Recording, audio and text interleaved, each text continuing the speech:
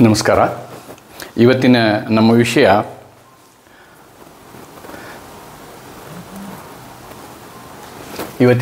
ವಿಷಯ ಕಾಶ್ಮೀರ ರಾಜ್ಯಕ್ಕೆ ವಿಶೇಷ ಪ್ರಾವಧಾನಗಳು ಅಂದರೆ ಅನುಚ್ಛೇದ 370. ಅನುಚ್ಛೇದ 370 ಇವತ್ತು ನಮ್ಮ ಈ ಕರ್ನಾಟಕ ಕಾನೂನು ವಿಶ್ವವಿದ್ಯಾಲಯದ ಯೂನಿಟ್ 1ನಲ್ಲಿರ್ತಕ್ಕಂತಹ ಸಿಲೆಬಸ್ ಇದು. ಆದರೆ ಇಲ್ಲಿ ಒಂದು ಬೆಳವಣಿಗೆ ಆಗಿದೆ. ಏನು ಬೆಳವಣಿಗೆ ಅಂತಂದರೆ, in article 370 2013 this case has already been decided. ಈ ಪ್ರಕರಣ ಡಿಸೈಡ್ ಆಗಿದೆ. ಇದರ ಪ್ರಮುಖವಾದ ಪ್ರಾವಧಾನ ಏನಿದೆ, 370 ಇರ್ತಕ್ಕಂಥ ಪ್ರಾವಧಾನ ವಿಶೇಷ ಅಧಿಕಾರ ಅಂತ ಹೇಳ್ತೀವಿ ಅಥವಾ ವಿಶೇಷ ಪ್ರಾವಧಾನ ಅಂತ ಹೇಳ್ತೀವಿ.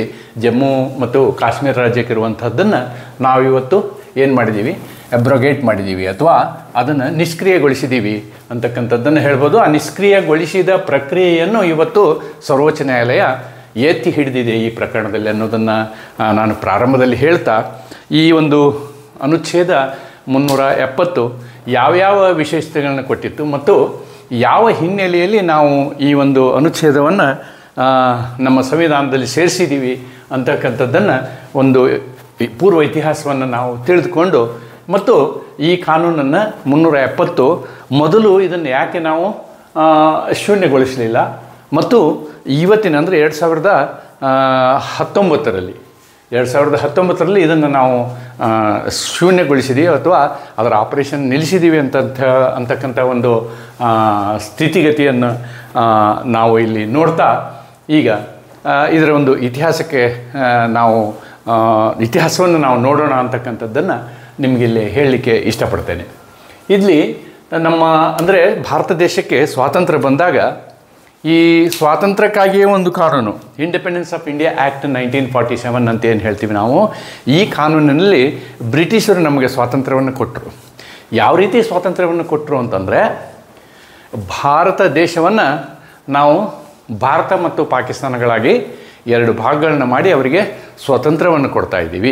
ಮತ್ತು ಇಲ್ಲಿರ್ತಕ್ಕಂತಹ ಏನು ರಾಜ್ಯಗಳಿದ್ದಾವೆ, ರಾಜರುಗಳು ಆಳ್ತಕ್ಕಂತಹ ವಿವಿಧ 500ಕ್ಕಿಂತ ಹೆಚ್ಚು ರಾಜರುಗಳು ಆಳ್ತಕ್ಕಂತಹ ಪ್ರದೇಶಗಳಿದ್ದಾವೆ, ಅವ್ರುಗಳಿಗೂ ಕೂಡ ನಾವು ಸ್ವಾತಂತ್ರ್ಯವನ್ನು ಕೊಟ್ಟಿದ್ದೀವಿ.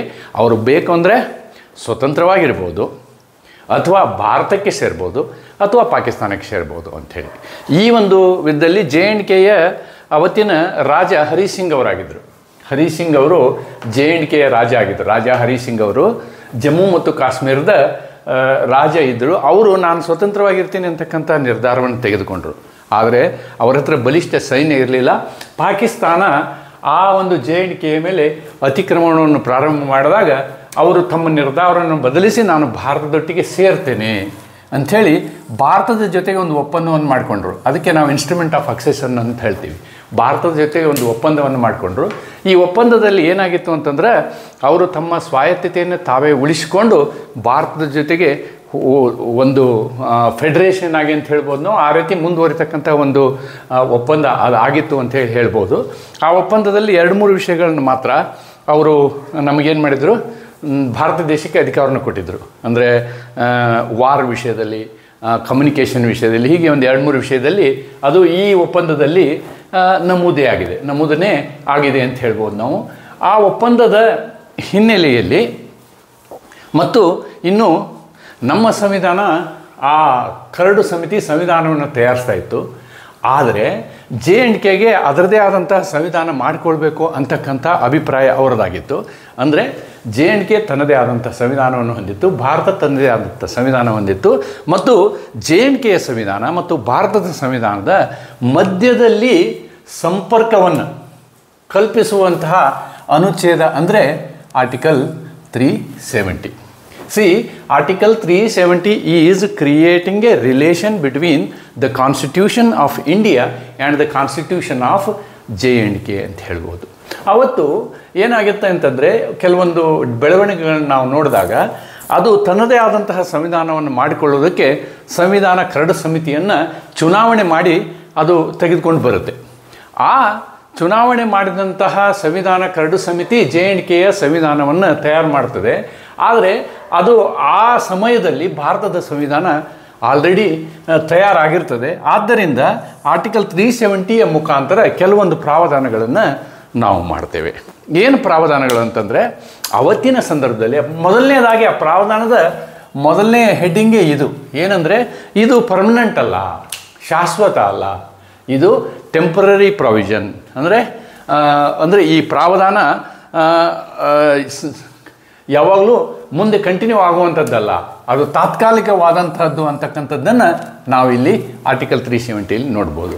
ಆ ಪ್ರಾವಧಾನಗಳು ಏನಿದೆ ಅನ್ನೋದನ್ನು ನಾವು ಸಾರಾಂಶವನ್ನು ನೋಡೋದಾದರೆ, ಭಾರತ ಸಂವಿಧಾನದ ಯಾವುದೇ ಪ್ರಾವಧಾನಗಳು ಜಮ್ಮು ಆ್ಯಂಡ್ ಕಾಶ್ಮೀರಕ್ಕೆ ಅನ್ವಯ ಆಗಬೇಕಾದ್ರೆ ಅದಕ್ಕೆ ಭಾರತದ ರಾಷ್ಟ್ರಪತಿಗಳು ತಾವೊಂದು ಆಜ್ಞೆಯನ್ನು ಹೊರಡಿಸ್ಬೇಕು.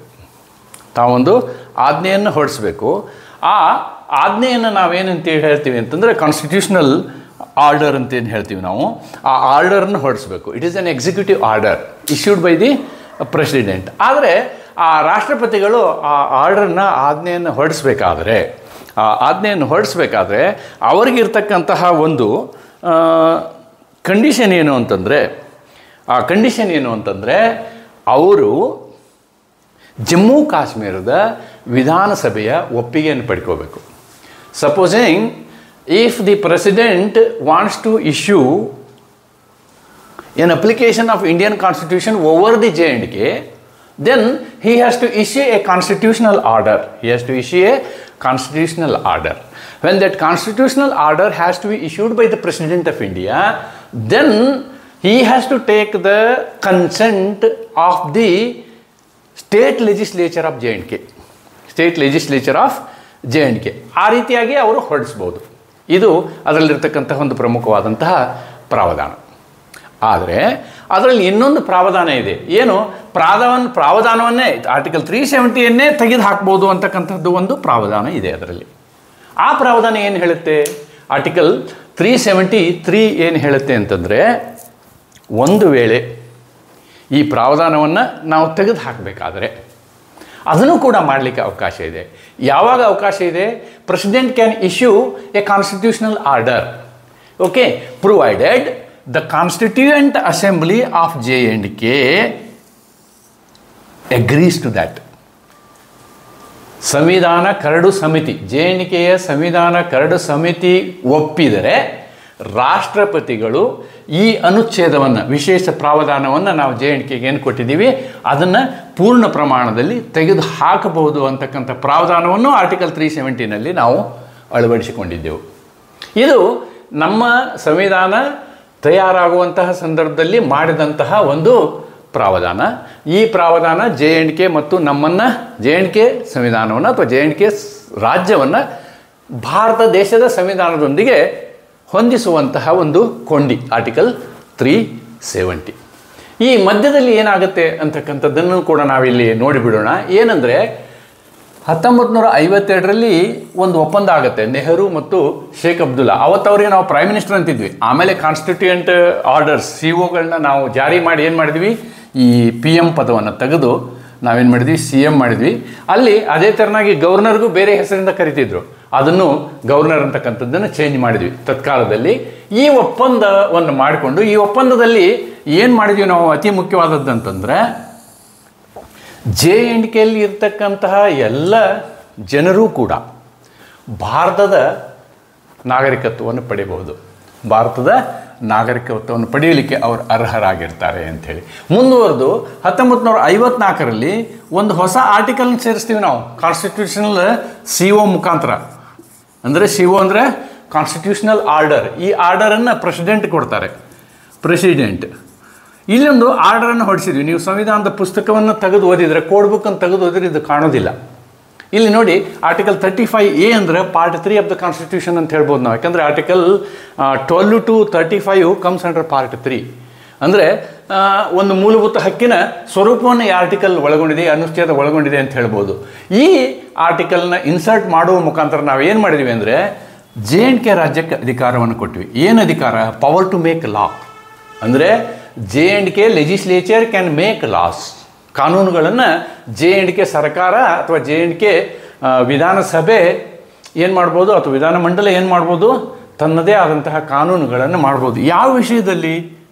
Property rights, public employment, scholarship, settlement in the state. ರಾಜ್ಯದಲ್ಲಿ ಯಾರು ವಾಸಿಸ್ಬೋದು, ಪರ್ಮನೆಂಟಾಗಿ ಯಾರು ಇರ್ಬೋದು ಅನ್ನೋದನ್ನು, ಅಲ್ಲಿರ್ತಕ್ಕಂಥ ಆಸ್ತಿ ಹಕ್ಕಿನ ವಿಷಯದಲ್ಲಿ, ಆಮೇಲೆ ಸಾರ್ವಜನಿಕವಾದಂತಹ ನೌಕರಿ ವಿಷಯದಲ್ಲಿ, ಈ ಸ್ಕಾಲರ್ಶಿಪ್ ವಿಷಯದಲ್ಲಿ, ಈ ಎಲ್ಲ ವಿಷಯದಲ್ಲಿ ಅದು ತನ್ನದೇ ಆದಂತಹ ಕಾನೂನನ್ನು ಮಾಡಿಕೊಳ್ಳುವ ಅಧಿಕಾರವನ್ನು ನಾವೇನು ಮಾಡಿದ್ವಿ, ನಮ್ಮ ಸಂವಿಧಾನದಲ್ಲಿ ಅನುಚ್ಛೇದ 35A ಸೇರಿಸಿ ಜಮ್ಮು ಕಾಶ್ಮೀರಕ್ಕೆ ಕೊಟ್ವಿ. ಇದರಿಂದ ಏನಾಯಿತು ಅಂತಂದರೆ, ಅಲ್ಲಿ ಯಾರೇ ಹೊರಗಿನವರು ಆಸ್ತಿ ಮಾಡುವಂತಹ ಅಧಿಕಾರ ಇಲ್ಲ. ಅಲ್ಲಿ ಯಾರೇ ಹೊರಗಿನವರು ಪಬ್ಲಿಕ್ ಸಾರ್ವಜನಿಕ ಸೇವೆಯಲ್ಲಿ ಅಪಾಯಿಂಟ್ ಆಗುವಂತಿಲ್ಲ. ಅವರ ಸ್ಕಾಲರ್ಶಿಪ್ಗಳು ಮತ್ತು ಅಲ್ಲಿ ನಾನು ಪರ್ಮನೆಂಟಾಗಿ ಸೆಟ್ಲ್ ಆಗ್ತೀನಿ. ಹೇಗೆ JNKಯ ನಾಗರಿಕರು ಬಂದು ಭಾರತದಲ್ಲಿ ಪರ್ಮನೆಂಟಾಗಿ ಸೆಟ್ಲ್ ಆಗ್ಬೋದು, ಹಾಗೆಯೇ ನಾವು ಅಲ್ಲಿ ಪರ್ಮನೆಂಟಾಗಿ ಸೆಟ್ಲ್ ಆಗ್ತೀವಿ ಅಂತಕ್ಕಂಥದ್ದನ್ನು ನಾವಿಲ್ಲಿ, ಅದು ಆ ಅಧಿಕಾರ ಯಾರಿಗಿದೆ? ಸ್ಟೇಟ್ ಲೆಜಿಸ್ಲೇಚರ್ಗಿದೆ. ಈ ಎಲ್ಲ ಅಧಿಕಾರದಿಂದ ಅವ್ರು ಏನು ಮಾಡಿಕೊಂಡ್ರು ಅಂತಂದರೆ, ಅಲ್ಲಿ ಬೇರೆಯವರು ಆಸ್ತಿ ಮಾಡುವುದನ್ನು ತಡೆದರು, ಬೇರೆಯವರು ಸೆಟ್ಲ್ ಆಗೋದನ್ನು ತಡೆದರು. ಅಷ್ಟೇ ಅಲ್ಲ, ಅಲ್ಲಿಯವರೇ ಆದಂತಹ ಕಾಶ್ಮೀರಿ ಪಂಡಿತರನ್ನು ಟೆರರಿಸಮ್ ಮೂಲಕ ಇವ್ರನ್ನ ದೇಶ ಬಿಟ್ಟು ಅಂದರೆ ರಾಜ್ಯ ಬಿಟ್ಟು ಹೊರಗೆ ಹಾಕಿದರು. ಬಹಳಷ್ಟು ಜನ ಅವರು ಡೆಲ್ಲಿ ಮತ್ತು ಸುತ್ತಮುತ್ತಲಿನ ಪ್ರದೇಶಗಳಲ್ಲಿ ಇವತ್ತು ಸೆಟ್ಲ್ ಆಗಿದ್ದಾರೆ ಅನ್ನೋದನ್ನು ನಾವು ಕಾಣ್ತೇವೆ. ಈ ಎಲ್ಲ ಡೆವಲಪ್ಮೆಂಟ್ಗಳು ನಡೀತು. ನಡೆದ ನಂತರ ನಮ್ಮ ಸಂವಿಧಾನದಲ್ಲಿ ಇನ್ನೂ ಒಂದು ಪ್ರಾವಧಾನ ಇದೆ. ಈ ಪ್ರಾವಧಾನಕ್ಕೆ ಅಂದರೆ JNKಗೆ ಒಂದು ಕಾನೂನು, ನಮಗೆ ಒಂದು ಕಾನೂನು ಅನ್ನೋದನ್ನು ನಾವು ಈ ಆರ್ಟಿಕಲ್ ನೋಡಿದಾಗ ಇದು ಯಾಕೆ ಅಂತಕ್ಕಂಥ ಪ್ರಶ್ನೆ ಬರ್ತದೆ. ಏನು ಈ article? This is available in DPSP ರಾಜ್ಯ ನಿರ್ದೇಶನ ತತ್ವಗಳಲ್ಲಿ ಏನಿದೆ, ಯೂನಿಫಾರ್ಮ್ ಸಿವಿಲ್ ಕೋಡ್. ಇವಾಗ ನೋಡಿ, ಭಾಳಷ್ಟು ರಾಜ್ಯಗಳು ಯೂನಿಫಾರ್ಮ್ ಸಿವಿಲ್ ಕೋಡನ್ನು ಜಾರಿ ಮಾಡ್ತಾ ಇದ್ದಾವೆ. ಅದೇ ಯೂನಿಫಾರ್ಮ್ ಸಿವಿಲ್ ಕೋಡನ್ನು ಜಾರಿ ಮಾಡುವಂತಹ ಪ್ರಯತ್ನವನ್ನು ನೀವು ಮಾಡಬೇಕು ಅಂತಕ್ಕಂಥದ್ದು ನಮ್ಮ ಅನುಚ್ಛೇದ 44ರಲ್ಲಿ ಇದೆ. ಈ ಒಂದು ಹಿನ್ನೆಲೆಯಲ್ಲಿ ದೇಶ ಒಂದು, ಕಾನೂನು ಒಂದು, ಧ್ವಜ ಒಂದು ಅಂತಕ್ಕಂಥ ಒಂದು ಹಿನ್ನೆಲೆಯಲ್ಲಿ ನಾವು ಏನು ಮಾಡಿದ್ವಿ ಅಂತಂದರೆ, 2 ಸಂವಿಧಾನದ ಆಜ್ಞೆಗಳನ್ನು ಹೊರಡಿಸಿದ್ವಿ. CO 272 ಮತ್ತು CO 273. ಆರ್ಟಿಕಲ್ 370 ಮತ್ತು ಆರ್ಟಿಕಲ್ 35A ಏನು ಮಾಡ್ತು ಅಂತಂದರೆ, ಕಾಶ್ಮೀರಕ್ಕೆ ವಿಶೇಷವಾದಂಥ ಸ್ಥಾನಮಾನ ಕೊಡ್ತು. ಅವ್ರದ್ದೇ ಆದಂಥ ಸಂವಿಧಾನವನ್ನು ಮಾಡ್ಕೊಳ್ಬೋದು. ಈ ರೀತಿಯಾದಂತಹ ಒಂದು ವ್ಯವಸ್ಥೆಯನ್ನು ನಾವು ಕಂಡ್ವಿ. ಇಡೀ ನಮ್ಮ ರಾಜ್ಯ ವ್ಯವಸ್ಥೆಯಲ್ಲಿ, ರಾಷ್ಟ್ರದ ರಾಜ್ಯ ವ್ಯವಸ್ಥೆಯಲ್ಲಿ ಕೇವಲ ಜಮ್ಮು ಕಾಶ್ಮೀರಕ್ಕೆ ಮಾತ್ರ ಬೇರೆಯಾದಂತಹ ವ್ಯವಸ್ಥೆಗಳಿದೆ ಹೊರತು, ಆ ಥರನಾದಂತಹ ವ್ಯವಸ್ಥೆಗಳೇ ಇನ್ನೊಂದು ಉದಾಹರಣೆ, ಇನ್ನೊಂದು ರಾಜ್ಯವನ್ನು ನಾವು ಹೇಳೋದಾದರೆ ಆ ರೀತಿಯಾದಂಥ ಯಾವುದೇ ರಾಜ್ಯ ನಮ್ಮಲ್ಲಿ ಇಲ್ಲ ಅಂತಕ್ಕಂಥದ್ದನ್ನು ನಾವು ಕಾಣಬಹುದು. ಆದ್ದರಿಂದ ಈಗಿರ್ತಕ್ಕಂತಹ BJP ಸರ್ಕಾರ ಅದು 2019ರಲ್ಲಿ ಒಂದು ಐತಿಹಾಸಿಕ ನಿರ್ಣಯವನ್ನು ತೆಗೆದುಕೊಳ್ತದೆ. ಏನು ಐತಿಹಾಸಿಕ ನಿರ್ಣಯ ಅಂದರೆ, ಯಾವ ಆರ್ಟಿಕಲನ್ನು 370ಯನ್ನು ನಾವು ಅದನ್ನು ಶೂನ್ಯ ಮಾಡಲಿಕ್ಕೆ ಸಾಧ್ಯ ಇಲ್ಲ ಅಂತಕ್ಕಂಥ ಅಭಿಪ್ರಾಯವನ್ನು ಹೊಂದಿದ್ವೋ, ಅದನ್ನು ಶೂನ್ಯ ಮಾಡುವಂತಹ ಪ್ರಕ್ರಿಯೆಯನ್ನು ಇಲ್ಲಿ BJP ಸರ್ಕಾರ ಮಾಡ್ತದೆ, ಅಥವಾ ಭಾರತ ಸರ್ಕಾರ ಮಾಡ್ತದೆ ಅಂತಕ್ಕಂಥದ್ದನ್ನು ಹೇಳ್ಬೋದು. ಅದು ಹೇಗೆ ಈ ಪ್ರಾವಧಾನವನ್ನು ಮಾಡ್ತು ಅನ್ನೋದನ್ನು ಕೂಡ ನಾವು ನೋಡ್ಬೋದು. ಒಂದನೇದು, ಆ ರೀತಿ ನೋಡಬೇಕು ಅಂತಂದರೆ ಈ ಪ್ರಾವಧಾನದಲ್ಲಿ ಏನಿದೆ ಅನ್ನೋದನ್ನು ನಾವು ಫಸ್ಟ್ ಅರ್ಥ ಮಾಡ್ಕೊಳ್ಬೇಕು. ಅಂದರೆ article 370 we can abrogate, but for the abrogation of that there is a condition. That condition is available in article 370 sub-article 3. Article 370 sub-article 3ನಲ್ಲಿ ಏನು ಪ್ರಾವಧಾನ ಇದೆ ಅಂತಂದರೆ, ರಾಷ್ಟ್ರಪತಿಗಳು ಇದರ ಆಪರೇಷನನ್ನು ನಿಲ್ಲಿಸ್ಬೋದು. ಆರ್ಟಿಕಲ್ 370ಯ ಪ್ರಾವಧಾನಗಳನ್ನು ನಲಿಫೈ ಮಾಡ್ಬೋದು, ಶೂನ್ಯ ಮಾಡ್ಬೋದು. ಯಾವಾಗ ಮಾಡ್ಬೋದು? ಈ ಸಂದರ್ಭದಲ್ಲಿ. ಏನು ಸಂದರ್ಭ? JNKಯ ಸಂವಿಧಾನ ಕರಡು ಸಮಿತಿ ಒಪ್ಪಿದರೆ ಮಾತ್ರ ನಾವೇನು ಮಾಡ್ಬೋದು? ಆರ್ಟಿಕಲ್ 370ಯನ್ನು ನಲಿಫೈ ಮಾಡ್ಬೋದು ಅಥವಾ ಶೂನ್ಯ ಮಾಡ್ಬೋದು ಅಂತಕ್ಕಂಥ ಪ್ರಾವಧಾನ ಅದೇ ಆರ್ಟಿಕಲ್ನ ಸಬ್ ಕ್ಲಾಸ್ 3ನಲ್ಲಿ ಅಥವಾ ಸಬ್ ಆರ್ಟಿಕಲ್ 3ನಲ್ಲಿ ಇದೆ ಅನ್ನೋದನ್ನು ನೋಡ್ಬೋದು. What article 370 sub article 3 says is, the president has the power to stop the operation of article 370 provided the Constituent Assembly of J&K gives its approval for the seizure of this article. ಆದರೆ this Constituent Assembly in 1956 it is dissolved. ಇದನ್ನು ವಿಸರ್ಜಿಸಲಾಯಿತು.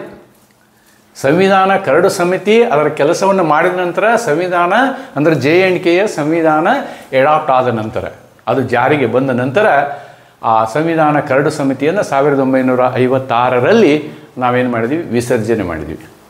ಆದ್ದರಿಂದ article 370 ಸಬ್ class 3ನಲ್ಲಿರ್ತಕ್ಕಂಥ ಈ ಪ್ರಾವಿಸೋ ಏನಿದೆ, ಈ ಪ್ರಾವಿಸೋನ apply ಮಾಡೋದು ಕಷ್ಟ ಆಗಿತ್ತು.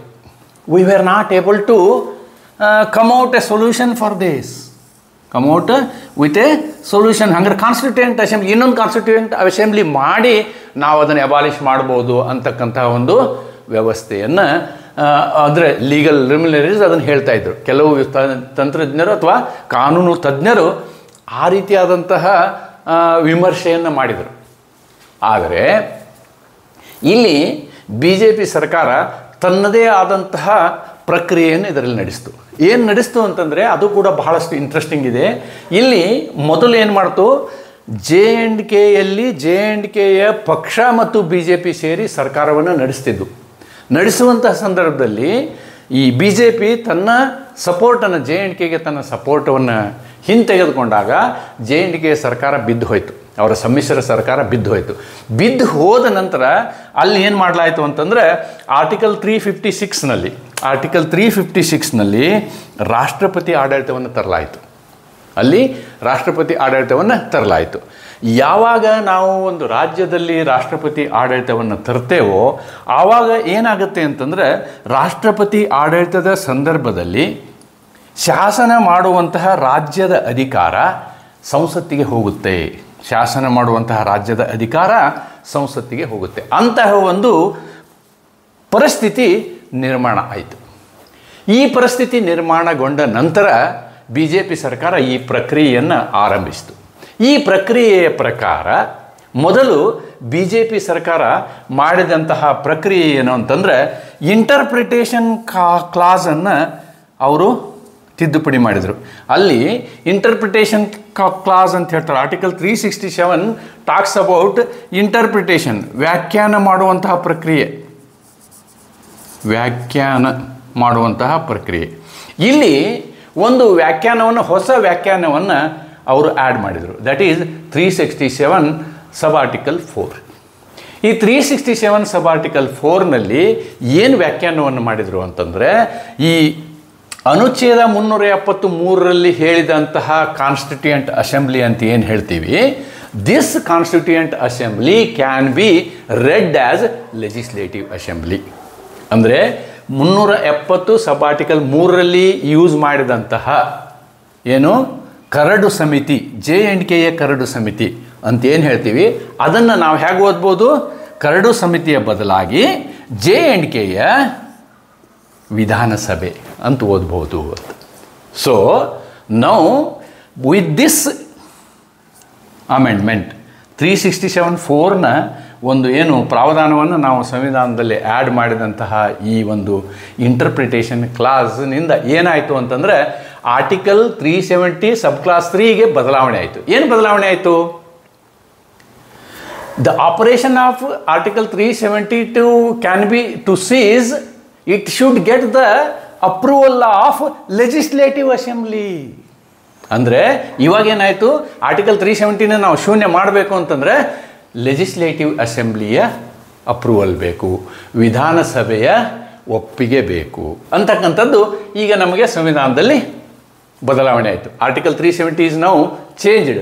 Instead of constituent assembly now it has become A legislative assembly of JNK ಅಂತ ಆಯಿತು. ಈಗ ಲೆಜಿಸ್ಲೇಟಿವ್ ಅಸೆಂಬ್ಲಿ ಆಫ್ JNK ಯಾವುದೀಗ? ಅಲ್ಲಿ ರಾಷ್ಟ್ರಪತಿ ಆಡಳಿತವಿದೆ. ಅಂದರೆ 356 ಲಾಗೂ ಇದೆ.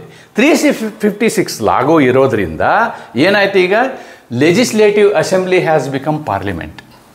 ಯಾಕೆಂದರೆ ಈ ಲೆಜಿಸ್ಲೇಟಿವ್ ಅಸೆಂಬ್ಲಿಯ ಅಧಿಕಾರ ಎಲ್ಲಿದೆ? ಈಗ ಸಂಸತ್ತಿನಲ್ಲಿದೆ. ಸೊ ಸಂಸತ್ತು ಈಗ ಮನಸ್ಸು ಮಾಡಿದರೆ ಏನು ಮಾಡ್ಬೋದು, ಆರ್ಟಿಕಲ್ 370ನ ಕ್ಯಾನ್ಸಲ್ ಮಾಡ್ಬೋದು.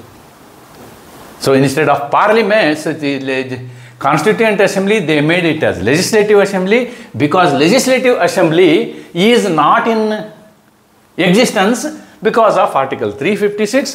Article 356 ಅಲ್ಲಿದ್ದರಿಂದ ಅಥವಾ ರಾಷ್ಟ್ರಪತಿ ಆಡಳಿತ ಅಲ್ಲಿದ್ದರಿಂದ ಲೆಜಿಸ್ಲೇಟಿವ್ ಅಸೆಂಬ್ಲಿಯ ಎಲ್ಲ ಅಧಿಕಾರಗಳು ಸಂಸತ್ತಿಗೆ ವರ್ಗಾಯಿಸಲ್ಪಟ್ಟವು. ಹಾಗಿದ್ರೆ ಈ ಸಂದರ್ಭದಲ್ಲಿ ಸಂಸತ್ತು ಮನಸ್ಸು ಮಾಡಿದರೆ ನಾವು ಆರ್ಟಿಕಲ್ 373ನ ಕ್ಯಾನ್ಸಲ್ ಮಾಡ್ಬೋದು. ಆದ್ದರಿಂದ ಏನಾಯಿತು ಅಂತಂದರೆ ರಾಷ್ಟ್ರಪತಿಗಳು ಸಂಸತ್ತಿನ ಅಪ್ರೂವಲ್ ತೊಗೊಂಡ್ರು. ಅಪ್ರೂವಲ್ ತೊಗೊಂಡು ಅವ್ರು ಮಾಡಿದಂತಹ ಕೆಲಸ ಏನು ಅಂತಂದರೆ ಕಾನ್ಸ್ಟಿಟ್ಯೂಷನ್ ಆರ್ಡರ್ 272 ಹೊರಡಿಸಿದ್ರು. 5/8/2019 272 ಹೊರಡಿಸಿದ್ರು. ಏನಿದು 272? ತಿದ್ದುಪಡಿ. ಹೇಳಿದ್ನಲ್ಲ, ಈ ತಿದ್ದುಪಡಿ ಮಾಡಿದರು. 1ನೇ ಸಂವಿಧಾನದ ಅಂದರೆ 272ನೇ ಸಂವಿಧಾನದ ಆಜ್ಞೆಯಲ್ಲಿ ಕಾನ್ಸ್ಟಿಟ್ಯೂಷನಲ್ ಆರ್ಡರ್ನಲ್ಲಿ ಕಾನ್ಸ್ಟಿಟ್ಯೂಷನಲ್ ಆರ್ಡರ್ ಇದಕ್ಕೇನಂತೀವಿ, ಶಿವು ಅಂದರೆ ಕಾನ್ಸ್ಟಿಟ್ಯೂಷನಲ್ ಆರ್ಡರ್ ಅಂತೀವಿ, ಅಂದರೆ ಸಂವಿಧಾನಾತ್ಮಕ ಆಜ್ಞೆ. ಈ ಸಂವಿಧಾನಾತ್ಮಕ ಆಜ್ಞೆಯನ್ನು ಹೊರಡಿಸುವಂಥ ಅಧಿಕಾರ ರಾಷ್ಟ್ರಪತಿಗಳಿಗಿದೆ. ಹೊರಡಿಸಿದರು. ಏನು ಹೊರಡಿಸಿದರು? ಅನುಚ್ಛೇದ 367ರಲ್ಲಿ ಬದಲಾವಣೆ ಮಾಡಿದರು. ಅನುಚ್ಛೇದ 367ರಲ್ಲಿ ಬದಲಾವಣೆ ಮಾಡಿದರು. ಅನುಚ್ಛೇದ 367ರಲ್ಲಿ ಏನು ಬದಲಾವಣೆ ಮಾಡಿದರು? ಅಲ್ಲಿ ಇರ್ತಕ್ಕಂಥ constituent assembly of J and K ಅಂತ ಓದೋದ್ರ ಬದಲು ನೀವು ಅದನ್ನು ಏನು ಓದಿ, legislative assembly of J and K ಅಂತ ಓದಿ ಅಂತಕ್ಕಂಥ ಒಂದು ಬದಲಾವಣೆ ಏನು ಮಾಡಿದರು. ಇದು 5/8/2019 ಮಾಡಿದರು. ನಂತರ ಯಾವಾಗ ಇದು ಲೆಜಿಸ್ಲೇಟಿವ್ ಅಸೆಂಬ್ಲಿ ಆಯಿತು, ಈ ಅಧಿಕಾರ ಪಾರ್ಲಿಮೆಂಟಿಗೆ ಬಂತು. ಆದ್ದರಿಂದ ಪಾರ್ಲಿಮೆಂಟ್ ಅದನ್ನು ಅಪ್ರೂವ್ ಮಾಡಿತು. 5ನೇ ತಾರೀಕಿಗೆ ಕರೆಕ್ಷನ್ ಮಾಡಿದ ತಕ್ಷಣವೇ ಪಾರ್ಲಿಮೆಂಟ್ ಸಂಸತ್ತು ಏನು ಮಾಡಿತು, ಏನು ಅಪ್ರೂವ್ ಮಾಡಿತು ಅಂತಂದರೆ ಪ್ರೆಸಿಡೆಂಟು ಸಂಸತ್ತಿಗೆ ಕೇಳಿದರು, ಈ ರೀತಿಯಾದಂತಹ ಬದಲಾವಣೆಯನ್ನು ನಾನು ಮಾಡಲಿಕ್ಕಿದೆ, ನಾನು 370 ಆರ್ಟಿಕಲ್ನ ಅಬ್ರೋಗೇಟ್ ಮಾಡ್ತಾ ಇದ್ದೀನಿ, ದಯವಿಟ್ಟು ನೀವು ಅದಕ್ಕೆ ನಿಮ್ಮ ನಿರ್ಣಯವನ್ನು ಕೊಡಿ. Parliament approved. Parliament gave it's approval. Parliament, when it gave its approval, then the President issued Constitutional Order 273 on 6/8/2019. 6/8/2019 ಏನು ಮಾಡಿದರು, ರಾಷ್ಟ್ರಪತಿಗಳು ಮತ್ತೊಂದು ಸಂವಿಧಾನಿಕ ಆಜ್ಞೆಯನ್ನು ಹೊರಡಿಸಿದರು. ಆ ಸಂವಿಧಾನಿಕ ಆಜ್ಞೆಯಲ್ಲಿ ಏನು ಮಾಡಿದರು ಅಂತಂದರೆ, ಈ ಆರ್ಟಿಕಲ್ 370ಯ ಆಪರೇಷನ್ಗಳೆಲ್ಲ ನಲಿಫೈ ಆಗ್ತವೆ ಮತ್ತು ಭಾರತ ರಾಷ್ಟ್ರದ ಪೂರ್ಣ ಸಂವಿಧಾನ ಏನು JNK ಮೇಲೆ ಅಪ್ಲೈ ಆಗ್ತದೆ, ಅಥವಾ ಈ ಸಂವಿಧಾನದ ಎಲ್ಲ ಪ್ರಾವಧಾನಗಳು JNKಗೆ ಸಂಬಂಧಿಸ್ತವೆ, JNK ಮೇಲೆ ನಾವು ಅವನ್ನ ಅಪ್ಲೈ ಮಾಡ್ಬೋದು ಅಂತಕ್ಕಂತಹ ಆಜ್ಞೆಯನ್ನು ಹೇಳ್ತಾ ಇಲ್ಲಿ ಆರ್ಟಿಕಲ್ 370ಯನ್ನು ಸೂಟಬಲ್ ಆಗಿ ಬದಲಾವಣೆ ಮಾಡಲಾಯಿತು. ಈ ರೀತಿಯಾಗಿ ನಾವೇನು ಮಾಡಿದ್ವಿ ಅಂತಂದರೆ, ಈ ಆರ್ಟಿಕಲ್ 370ಯ ಏನು ಆಪರೇಷನ್ ಇತ್ತಲ್ಲ, ಇದರದ್ದು ಜಮ್ಮು ಕಾಶ್ಮೀರಕ್ಕೆ ಒಂದು ಸಂವಿಧಾನ, ನಮಗೆ ಒಂದು ಸಂವಿಧಾನ ಅಂತಕ್ಕಂಥ ಏನು ವ್ಯವಸ್ಥೆ ಇತ್ತಲ್ಲ, ಈ ವ್ಯವಸ್ಥೆಯನ್ನು ನಾವು ಬದಲಿಸಿದ್ವಿ. ಅಂದರೆ ಈ ಆಜ್ಞೆಯಿಂದ ಏನಾಯಿತು ಅಂದರೆ, ಜಮ್ಮು ಕಾಶ್ಮೀರದ ಸಂವಿಧಾನ ನಿಷ್ಕ್ರಿಯಗೊಳ್ತು. ಭಾರತದ ಸಂವಿಧಾನ ಜಮ್ಮು ಕಾಶ್ಮೀರಕ್ಕೂ ಅನ್ವಯ ಆಯಿತು. ಯಾವ ದಿನದಿಂದ? ನಾವು 6/8/2019 ಜಮ್ಮು ಕಾಶ್ಮೀರವು ಉಳಿದ ರಾಜ್ಯಗಳಂತೆ ಒಂದು ರಾಜ್ಯವಾಯಿತು. ಆದರೆ ಅದರ ಜೊತೆಗೆ ಇನ್ನೊಂದು ರೀಆರ್ಗನೈಸೇಷನ್ ಆ್ಯಕ್ಟ್ ಅಂತ ಮಾಡಿದರು. ರೀಆರ್ಗನೈಸೇಷನ್ ಆ್ಯಕ್ಟ್ ಒಂದನ್ನು ಜಾರಿ ಮಾಡಿದರು ಇದೇ ಸಮಯದಲ್ಲಿ. ಇದರಲ್ಲಿ JNK ಮತ್ತು ಲಡಾಖ್ ಇವೆರಡನ್ನು ಕೇಂದ್ರಾಡಳಿತ ಪ್ರದೇಶವಾಗಿ ಘೋಷಿಸಿದರು. ನೋಡಿ, ಒಂದು ಸಲ ರಾಜ್ಯ ಆದ ಮೇಲೆ ನಮಗೊಂದು ಅಧಿಕಾರ ಇದೆ. ಸಂವಿಧಾನ ತಿದ್ದುಪಡಿ ಮಾಡದೆ ನಾವು ಇನ್ನೂ ಒಂದು ಆಜ್ಞೆಯನ್ನು ಮಾಡ್ಬೋದು, ಏನು, ರಾಜ್ಯಗಳನ್ನ ವಿಂಗಡಣೆ ಮಾಡುವಂಥದ್ದು. ಹಿಂದಿನ ಪಾಠಗಳಲ್ಲಿ ನಾನು ಇದನ್ನು ಹೇಳಿದ್ದೀನಿ. ಆ ರೀತಿಯಾಗಿ ಈ ಜಮ್ಮು ಕಾಶ್ಮೀರ ರಾಜ್ಯವನ್ನು 2 ಭಾಗಗಳಾಗಿ ಮಾಡಲಾಯಿತು. ಒಂದು ಲಡಾಖ್ ಕೇಂದ್ರಾಡಳಿತ ಪ್ರದೇಶ, ಇನ್ನು ಜಮ್ಮು ಮತ್ತು ಕಾಶ್ಮೀರ ಇನ್ನೊಂದು ಕೇಂದ್ರಾಡಳಿತ ಪ್ರದೇಶ ಅಂತಕ್ಕಂಥದ್ದನ್ನು. ಈ ರೀತಿಯಾದಂತಹ ಬೆಳವಣಿಗೆಗಳು 2019ರ 5-6-7ನೇ ತಾರೀಕಿನಲ್ಲಿ ಕ್ಷಿಪ್ರಗತಿಯಲ್ಲಿ ನಡೆದು ಹೋದವು. ಇದು ನಡೆದು ಹೋದ ಮೇಲೆ ಏನಾಯಿತು ಅಂತಂದರೆ, ಈ ಒಂದು ಪ್ರಕ್ರಿಯೆಯನ್ನು ಸಂವಿಧಾನಿಕ ಅಲ್ಲ, ಅಸಂವಿಧಾನಿಕ, the process that has been conducted by the government during the period of 2019 is not constitutional, it is unconstitutional, it is ultra vires the constitution, it violated the instrument of accession, the sovereignty or the special provisions that are available to the J&K have been withdrawn without the will of the people, without the will of the people of J&K ಅಂತಕ್ಕಂತಹ ಒಂದು ನಿಲುವನ್ನು ತೆಗೆದುಕೊಂಡು ಸಾಕಷ್ಟು ಕೇಸುಗಳು ಸರ್ವೋಚ್ಚ ನ್ಯಾಯಾಲಯದಲ್ಲಿ ದಾಖಲಾದವು. Many cases were filed from various organizations stating that whatever the process that has been done to abrogate Article 370 were challenged before the Supreme Court. The J&K also, the political parties of the J&K also opposed all this. But here again there was a controversy. Which case name should be given? Then the first person who applied for this writ petition was involved into so many anti-national activities, and ultimately the caste title given for this case is in re Article 370 2013 ಅಂತಕ್ಕಂಥ ಒಂದು cost ಟೈಟಲ್ನಲ್ಲಿ ಈ ಪ್ರಕರಣ ಬಹಳಷ್ಟು ದಿನಗಳ 15-20 ದಿನಗಳವರೆಗೆ supreme ಕೋರ್ಟ್ನಲ್ಲಿ ವಾದ ವಿವಾದಗಳು ನಡೆದು ಇದು ಫೈನಲ್ ಆಗಿ ಒಂದು ಆರ್ಡರ್ ಬಂತು. ಆ ಆರ್ಡರ್ ಪ್ರಕಾರ it is held that CO 272 and 273 are constitutionally valid. Constitutional. They are not against the provisions of the Constitution ಅಂತಕ್ಕಂಥ ಕಾನ್ಸ್ಟಿಟ್ಯೂಯೆಂಟ್. ಸೊ ಇದಕ್ಕೆ ಏನು ಹೇಳ್ತೀವಿ ಅಂದರೆ ನಾವು 5-member ಬಾಡಿ ಕಾನ್ಸ್ಟಿಟ್ಯೂಷನ್ ಬೆಂಚ್ ನಾವೇನು ಹೇಳ್ತೀವಿ, constitution bench of 5 members headed by Chandrachud, D.Y. Chandrachud, justice chief justice of India, ಇವರ ನೇತೃತ್ವದಲ್ಲಿ ಈ ಒಂದು ನಿರ್ಣಯ ಕೊನೆಗೆ ಬಂತು. ಈ ನಿರ್ಣಯ ಏನು ಬಂತು ಅನ್ನೋದನ್ನು ನಾವು ನೋಡೋದಾದರೆ ಇದರಲ್ಲಿ ಸಾಕಷ್ಟು ನಾನು ಹೇಳಿದಂತಹ ಎಲ್ಲ ವಾದ ವಿವಾದಗಳು ಇದ್ದಾಗ್ಯೂ ಕೂಡ ಈ ಚಂದ್ರಚೂಡ್ ಅವರು ಒಂದು ನಿಲುವನ್ನು ತೆಗೆದುಕೊಂಡ್ರು. ಏನು ನಿಲುವು ಅಂತಂದರೆ ಇದು the president's order, the president's order or constitutional order. Constitutional order is treated as executive order. Executive order. So it is not a legislative action, it is a executive action. When the executive action is done, the only role of the Supreme Court is to see that whether this executive order is bona fide or mala-fide. ಅಂದರೆ ರಾಷ್ಟ್ರಪತಿಗಳು ಜಾರಿ ಮಾಡಿದಂತಹ ಈ ಸಂವಿಧಾನಾತ್ಮಕ ಆಜ್ಞೆಗಳೇನಿದ್ದಾವೆ 272 ಮತ್ತು 273 ಇವುಗಳ ಉದ್ದೇಶ ದುರುದ್ದೇಶದಿಂದ ಕೂಡಿದೆಯೋ ಸದುದ್ದೇಶದಿಂದ ಕೂಡಿದೆಯೋ ಅಂತಕ್ಕಂತಹ ನಿಲುವನ್ನು ಮಾತ್ರ ಈ ಪ್ರಕರಣದಲ್ಲಿ ವಿವರವಾಗಿ ಚರ್ಚೆ ಮಾಡಲಾಯಿತು.